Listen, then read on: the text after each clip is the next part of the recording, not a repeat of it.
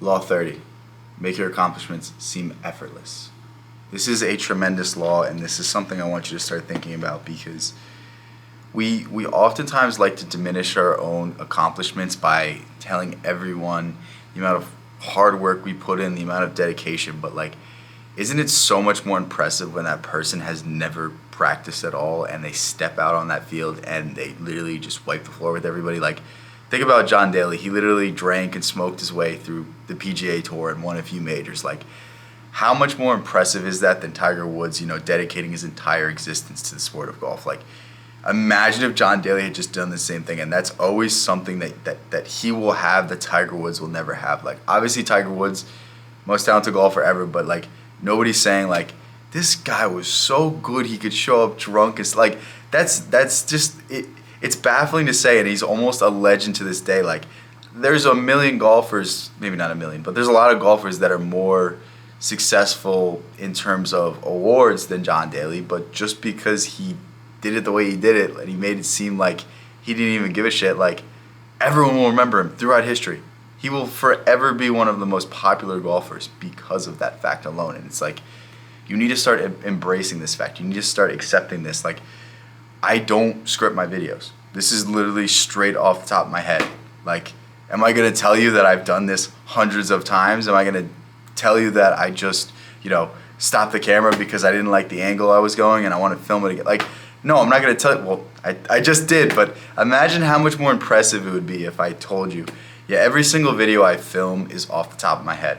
And I don't talk about the amount of practice. I don't talk about, me extensively writing down my thoughts and me understanding how my mind works and me, just channeling the creativity through me and just allowing myself to flow through these processes. Like, I'm not going to tell you all of the conversations I have for hours upon hours upon hours where I'm entertaining everybody. Like, I'm not going to tell you about all these things because it doesn't lend to my success. Like, if I give you my tricks, if I give you the things that I've done to get to this level of speaking, like, you can do the same things. And once somebody can replicate you, that's when you can be replaced. Like, there's that law of power that is, I wish I remembered exactly which one, but it basically says, like, make people rely on you. And it's the same thing. Like, if you're the only one that can do these jobs easily, if you're the only one that can get these jobs done, you make it seem effortless. Like, that is something that is so irreplaceable in the marketplace today. Like, think of how many people are of the mindset that work harder. That's all you need to do. Like, if you just work hard enough, one day you'll get to your goals. One day, like,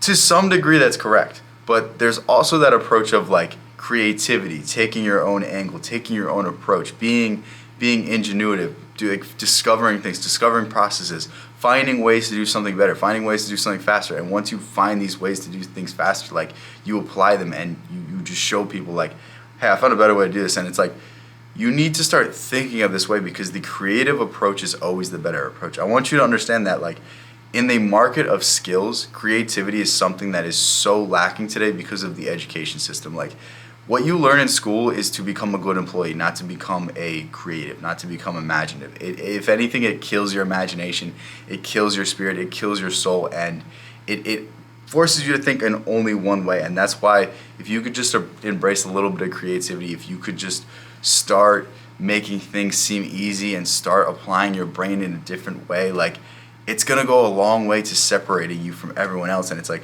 maybe that's not what you want, but at the same time, like, if you can get your job done and you make it look easy, like, you can just coast a lot of your life. I'm not saying this is a good approach, but I'm saying this is something that you could also do. Like, if your boss knows that you can slack off, but when the time comes, you're going to do that work and it's going to be perfect, like, you just gave yourself years and years and years of employment. Like, it's not that hard to really embrace this mindset, but when you embrace this mindset, it's almost gifting yourself a specialty about you. And it's like, when people perceive you in a certain way, that's how the rest of the world is going to see you, and that's how you're going to start to see yourself. And when people view you as special, you're going to view yourself as special, and it's going to allow you to continue to grow, to continue to set yourself apart, to continue to get yourself closer to your goals. So hopefully you can think of ways to apply this. I know this one isn't necessarily easy to grasp, like a specific tangible thing, but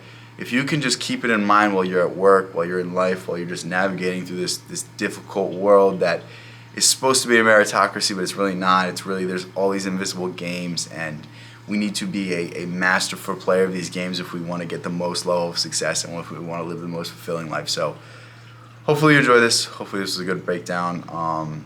These are so fun to do, so I'm going to continue to do them.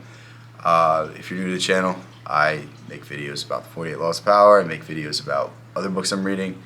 If you want to stick around for more, it'd be greatly appreciated. I will leave a link to this book in the description. I honestly think it's a tremendous read. It's really fun. It's really easy. If you like history, it's fun.